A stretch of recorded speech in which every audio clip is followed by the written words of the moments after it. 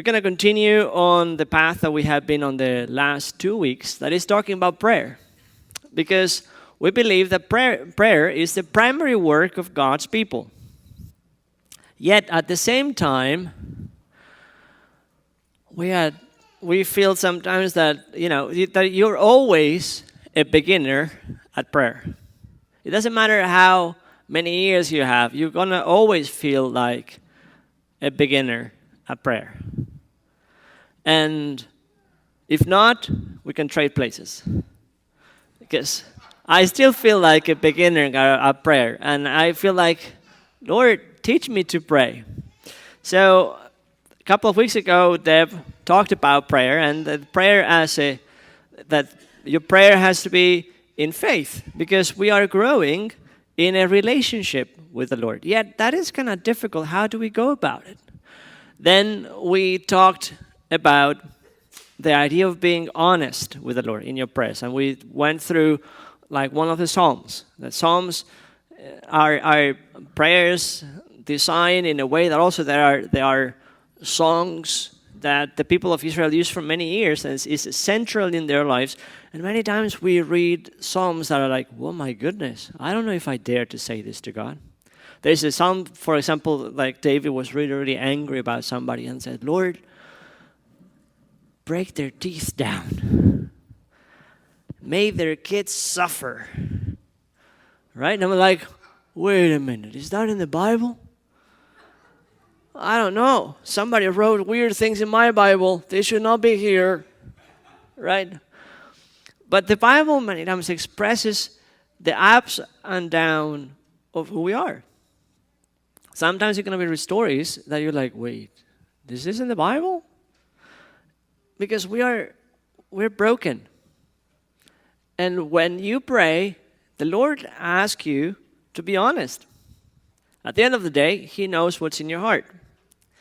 But today, I want to talk to you about something slightly different on the facets of prayer.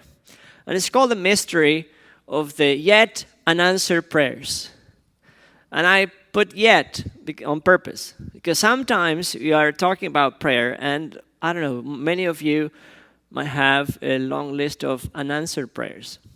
But before I talk about unanswered prayers, I wanna kind of talk to you about that, yet give you a testimony on the other side. I have friends, and some of my friends are crazy enough to do the same things I do, and they are also pastors. And sometimes we have this idea that pastors are perfect. I am here to let you know that it's not the case. And you already know that. You have seen me. And sometimes you can be with people for many, many years and you don't know part of their lives because it's painful. Sometimes talking about some aspects of our lives are painful. And we were talking the other day, and all of a sudden he shared this story, which I asked permission to be able to share with some of it. And I didn't know, but this pastor friend of mine for the last 14 years had not been able to talk to his son whatsoever. There was no communication. I didn't even know that he had a son.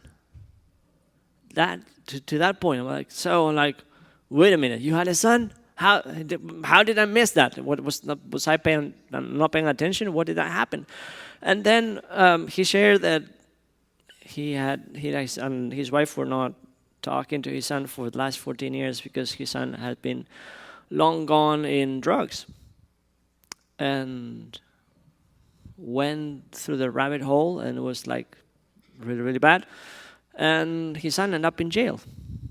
And you're like, wait a minute, just one of the juicy details of all of these things like that, how come, I don't know. So, but he didn't know. And all of a sudden, he shared that a couple of months ago, his son texted him saying that, he was out of jail, that he was free from drug, and that he had a son, and that he wanted his grandpa to meet his grandson. And it says, and this is answer to prayer. And all of a sudden being able to connect back again. And for some of you, that story is just touched very, very close, and I know that.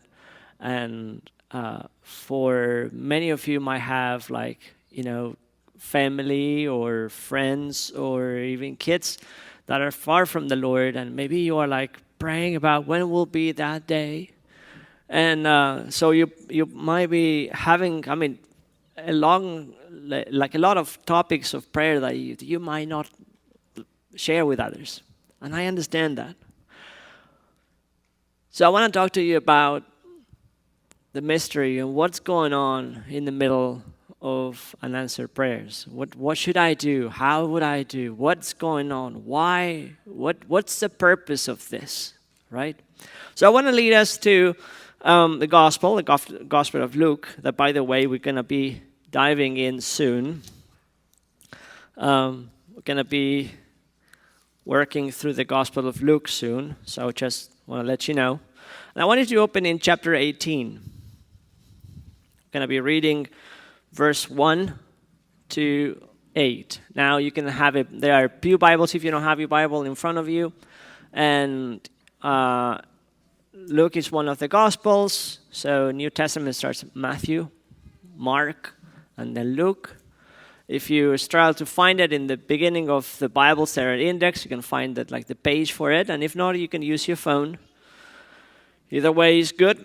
I'm going to be using a version of the Bible that's called the New International Version, or in short, NIV. And Luke chapter 18, that is the big numbers and the small number 1 until the 8th, and says this: Then Jesus told his disciples a parable to show them that they should always pray and not give up. He said, in a certain town, when there was a judge who neither feared God nor cared about men. And there was a widow in that town who kept coming to him and with the plea, grant me justice against my adversary. For some time he refused, but finally he said to himself, even though I don't fear God or care about men, yet because this widow keeps bothering me, I will see that she gets justice, so that she won't eventually wear me out with her coming. And the Lord said, listen to what the unjust judge says. And will not God bring about justice for his chosen ones, who cried out to him day and night? Will he keep putting them off? I tell you, he will see that they get justice, and quickly. However, when the Son of Man comes, will he find faith on the earth?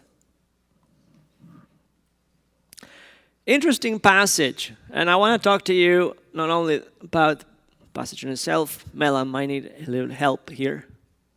Clicker is not working. Next one. I want to talk to you that the context of this passage matters.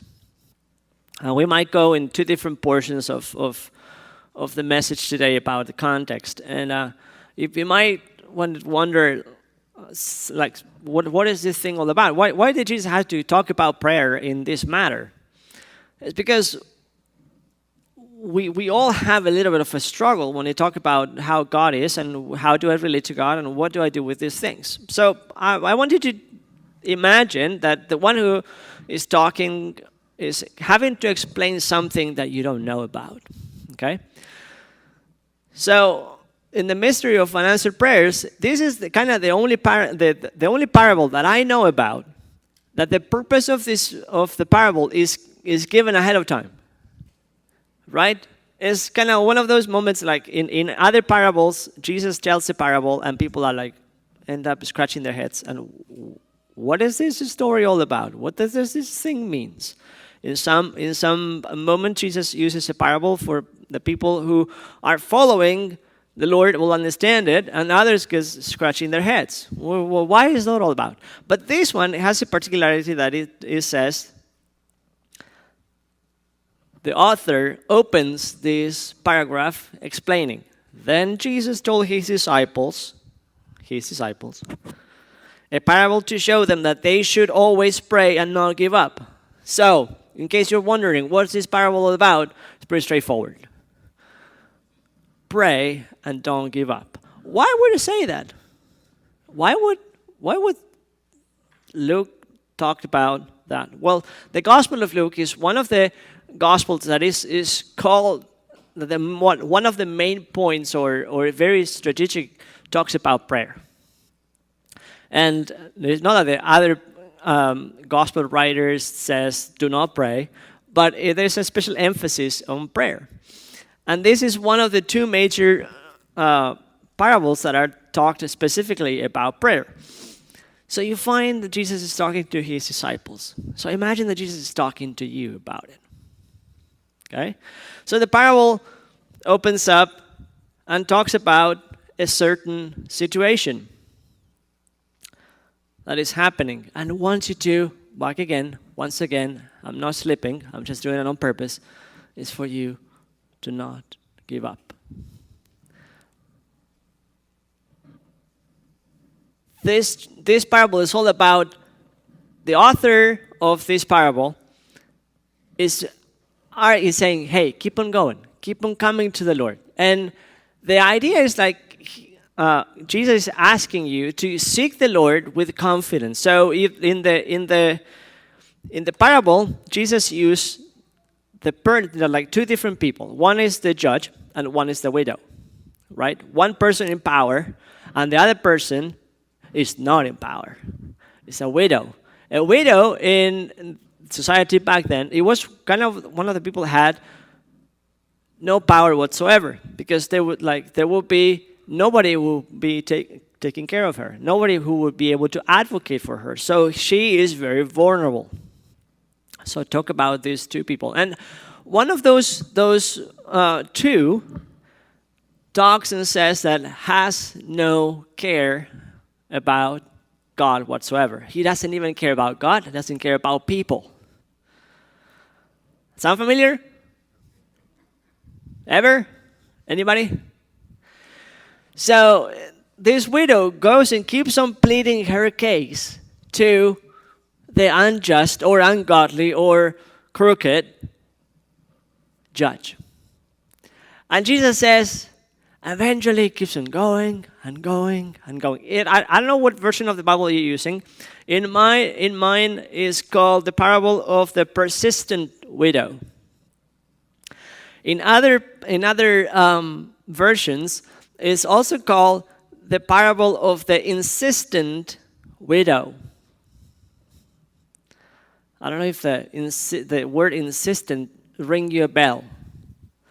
Bell is like, it's another parable that it goes along these ways as well. And Jesus is asking, hey, don't give up when you're praying. And access the Lord with confidence. And why would he just make a case for you to keep on going? It's because many times when we pray with fear.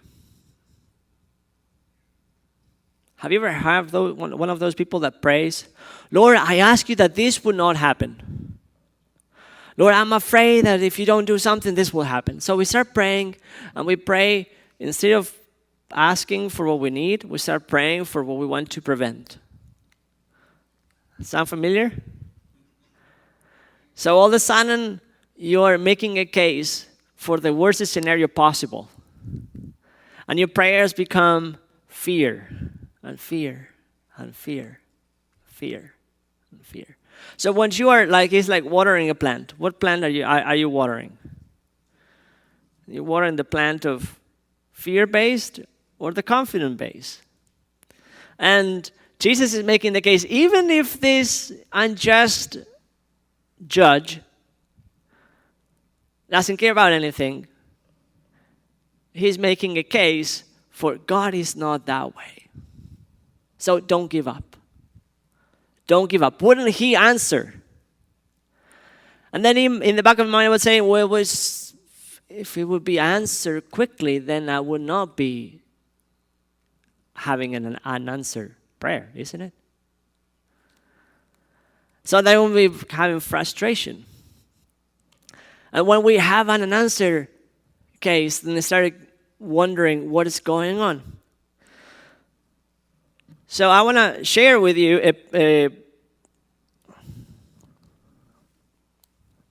a quote. This is from the book Working the Angles from Eugene Peters. And it says this: prayer means that we deal first with God and then with the world. Or that we experience the world first, not as a problem to be solved, but as a reality in which God is acting. Sometimes we go to God and we start shaking the things. God, are you there? No, God, you really care.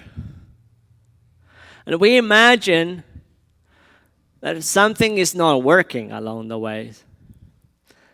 And we omit the case. We feel like God is really away or absent from your world. And the reality is that Jesus is making a case. God is not absent from your case. God is not uncaring. He's not unjust. He's not unwilling. He's already present. He's already there. He is in it. He is with you.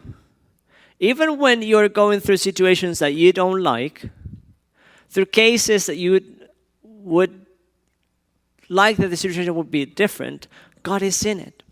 So my first question is, how are you approaching God?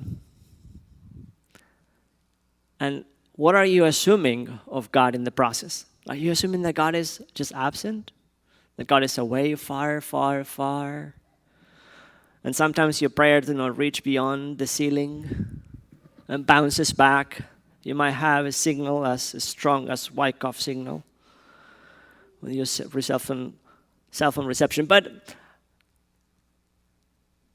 why would it be important to keep on working your relationship with God in prayer? Is because many times I texted this image to my wife the other day, and I told her, this is how I feel today. I need a bit of help. Maybe you might not notice, it's not very clear, I'm so sorry, but poor Woody. Woody is under the car right here with the arms stretched out. Our old vacuum cleaner and the car forgotten along the way and Woody under there. So I give up. I cannot do it anymore. This is too much for me. Poor Woody is under the wheels. And sometimes that's how we feel. Lord, I cannot do this anymore. I give up. If you don't do anything, I'll just give up. It's all a waste of time. Why would I do this? And this is how I envision Jesus when we are stuck in our prayers, or stuck in moments when we feel like, I don't have any more to give. I just want to give up. Is the Lord coming? Don't give up. God is doing something. So we talk about the idea of that we need to clear our lenses. This is what Jesus is doing. He clears our lenses to be able to see what's in front of you. And by doing that, I wanted to talk about something that is happening in our context. And in our context, you having a society that nowadays is struggling to see what's reality. And I hope that it doesn't happen, but I equate our society as a society that struggles with the image that we have, so looks at the mirror and doesn't like what they see. I don't know if you have ever experienced a friend of you, or maybe you, in the morning, and ask yourself, who is that person in front of the mirror? Somebody has changed the image and that it should not be that way. So instead of fixing, the part they want to fix is the mirror. So it goes around and tries to buy a new mirror until it finds a mirror that shows the image that they want to be seen. Does it make sense? Instead of changing this side of the equation, I would like to change what I'm seeing on the other side, so I keep on changing. Can I ask you a question? If I keep on changing the mirror, would that change the reality? No. So sometimes we change the image of who God is. Well, if this is not working, then might as well. This is what is going on. So sometimes in the back of your head, you have an idea of this, of God is the negotiator. He's not giving me what I want, so I keep on pleading, changing my strategies until I get what I want. So in my house, maybe in your house too, when you're raising kids, kids also have wills. I don't know if you find that out, but mine are developing a sense of negotiation that is fantastic.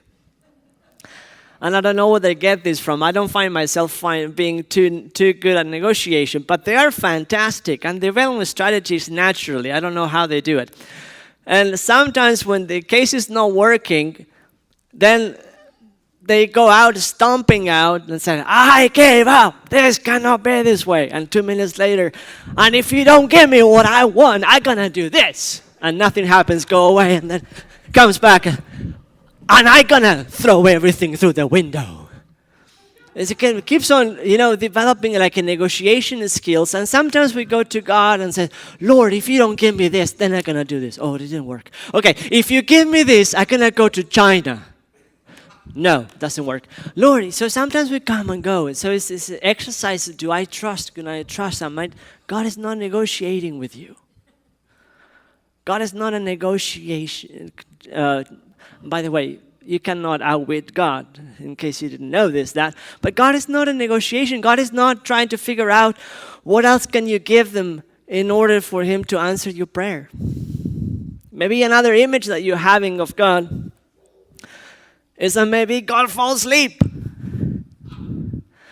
God is falling asleep and you need to wake him up. Or maybe God is too busy with somebody else. God is maybe answering somebody else's prayer. And maybe he likes somebody else more than you do. So because he answered his prayers or her prayers, but not yours. No, so sometimes you feel somebody coming to you, can you pray for me? Because it seems like, this is in between parentheses and nobody says that, because you seem to be having more luck than me. So why don't you pray for me? It's like your scorecard is higher, so you have a better access to God than me. We might not say that, but we think those kind of things because we're trying to, how do I get to God to answer my prayer? It's not working. Maybe if I do this is going to work. And the other thought I have is sometimes we have an idea of God that's like a mad scientist. Going behind the scenes and let's see if I can zap this thing a little more from you. Let's see if it works. God is not playing mad scientist with you. And when we develop all these things about God because we cannot see God, or it feels like God is too absent, or he might be doing this and that's why he's not using that, and what is going on or why. So we change the definition of who God is in order to see if God will kind of understand why I'm feeling this way or why is this working this way.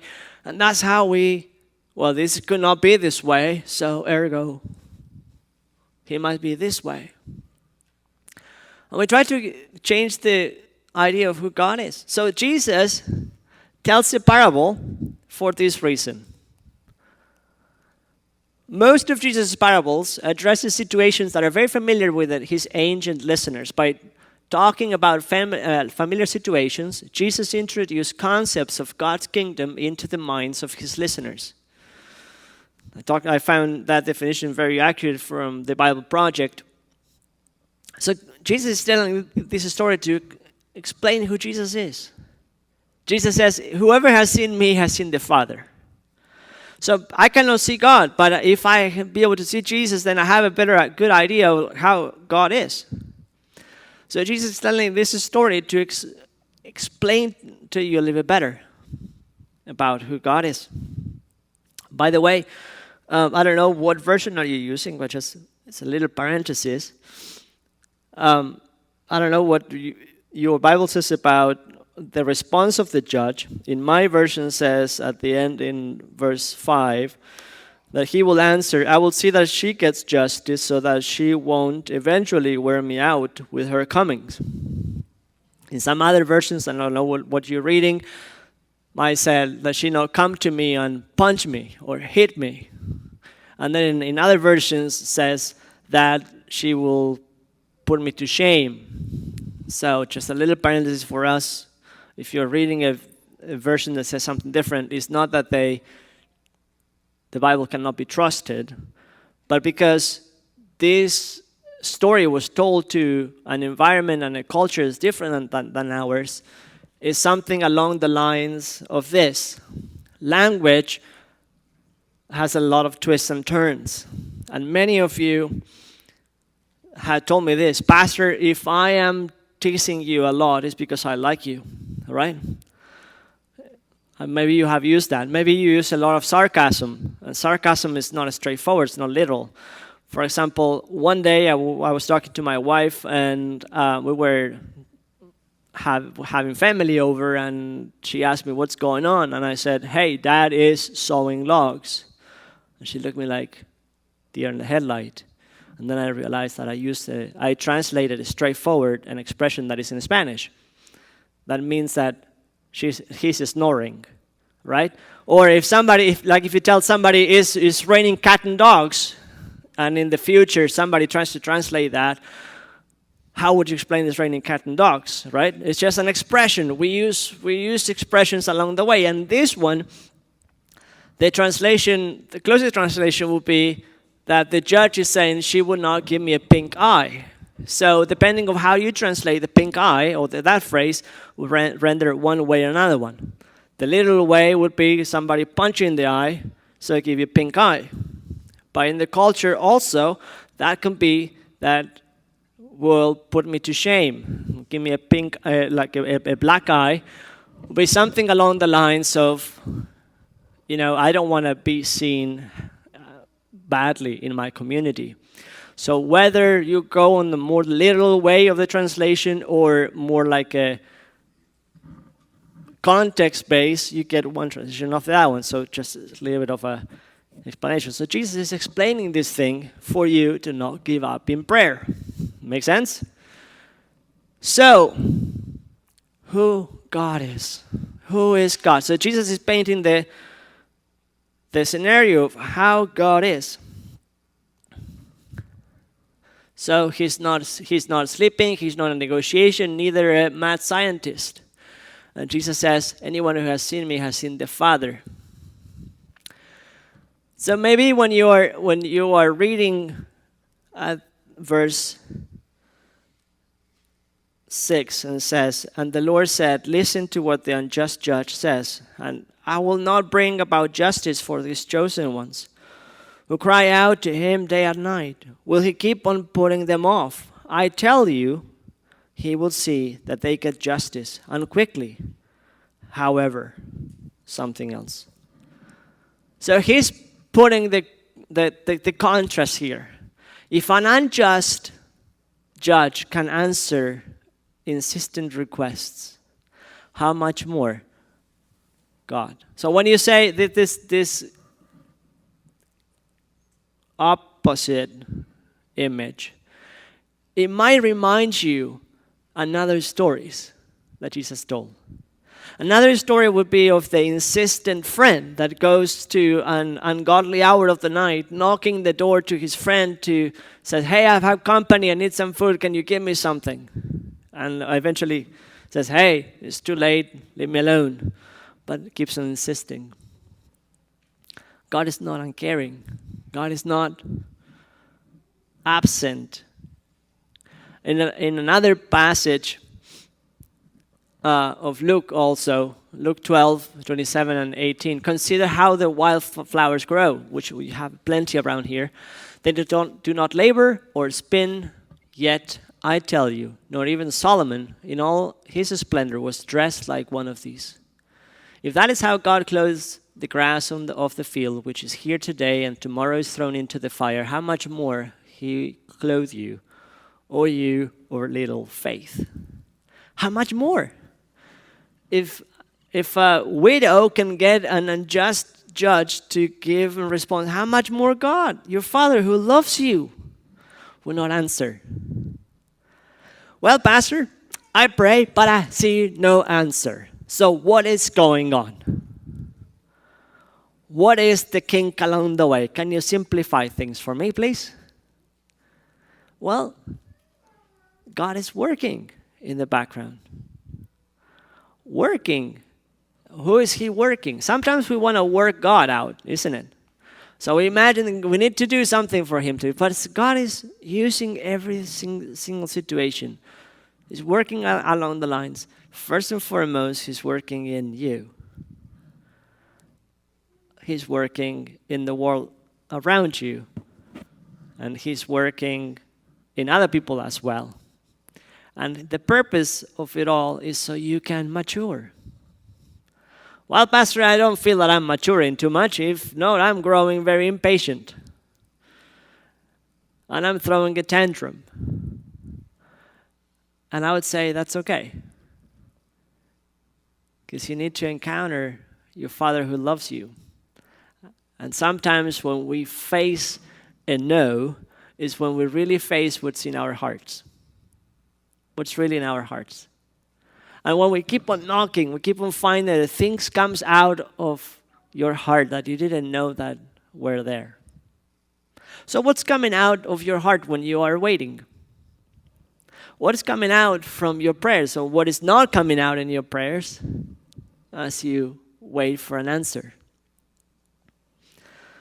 I find that when I have to endure a long wait in answer certain prayers, I find things in my own heart that are like interesting.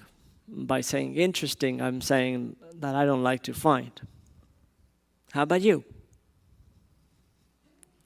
So the question that many times I'm asking myself, is what is God doing meantime?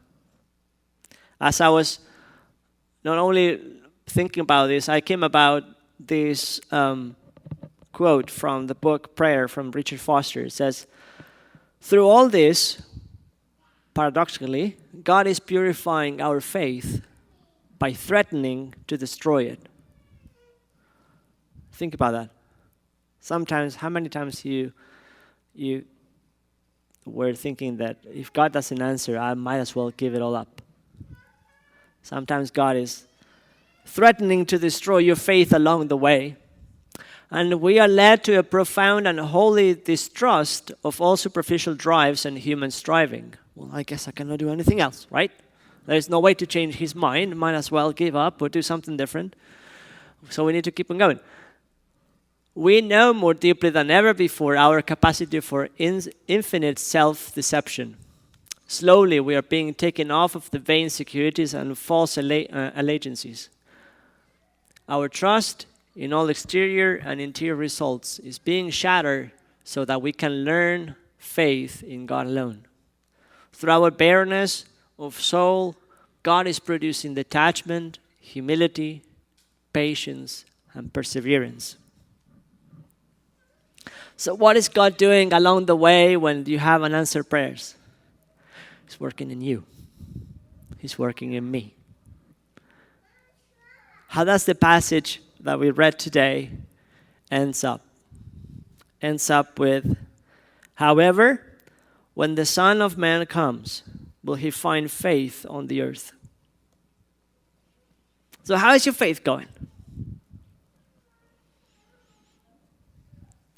Sometimes you might find that when you were pretty fresh in the faith, God seems to be answering prayers very quickly. And then you start finding out from time to time that God is not answering prayers as quickly as before. So what is going on? Did I do something wrong? Did God give up on me? It was just a fluke in the universe. Is what is going on here? Why is not? Well, you're growing. Welcome to the school of walking with the Lord. He is close. He has never left you behind. You're just walking with Jesus. And there are some things that Jesus is making you face about your own self that you might need to start shedding. So it's not a negotiation, it's an act of love. God uses everything in your life for your own good. Because sometimes we get ourselves attached too much to certain things that are not good for us. And God knows it's better. If it would be for my kids, the only thing that they will be eating is cereal and candy. There's no doubt about it. And juice. And you know that we will have to say, no, you're not going to eat that anymore. Or that's enough. And then chaos explodes. Why dare you say no? Because it's not good for you. How many times have you said that to your kids? And God is doing the same thing. He's saying, okay, enough of that. Let's move on. Something else. But I like it. I need it. I will die. Remember, speaking about dying, there was one day when my kids, put them to bed, and they always have a negotiation to extend the bedtime a little longer. And it was early in the stages of parenthood, and we didn't know what we were doing. And all of a sudden, one of my kids says, Dad, I need a drink. No, that's enough. You drunk enough. No, I need a drink. And that's enough, honey. It's time to go to bed. Daddy. And time was keep on. And then all of a sudden, I starts from the bedroom, somebody yelling, I'm dying. Give me something to drink. I'm parched. Where do you get that from? Where from? I'm dying. Honey, time to go to bed. It make you feel like you're the biggest augur in the universe, but just what's going on? And sometimes God says, honey, no. It's not good for you. So how do you find yourself growing in your faith? How about if instead of finding the annoyance of God unanswered prayers, we can start asking, Lord, what are you working in me? How can I learn from this one? Because at the end of the day, we understand that God is a loving God. God is a caring God. God loved us so, so much that he gave his only son, even when we were deep in our sin, deep in our rebellion. He still did it for us. So if he did that, how come more would not give us all the rest of the things that we need?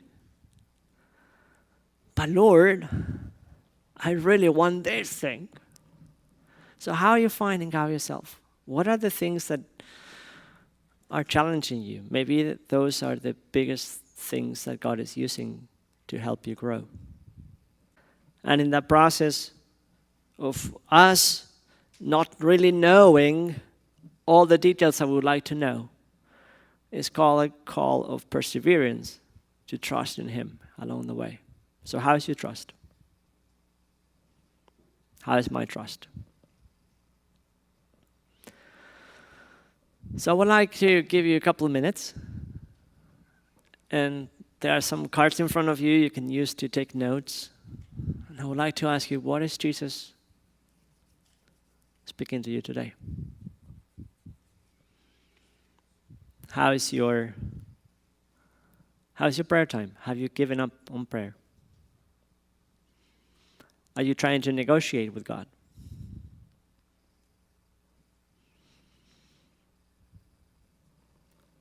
What would be the question that Jesus is asking you about?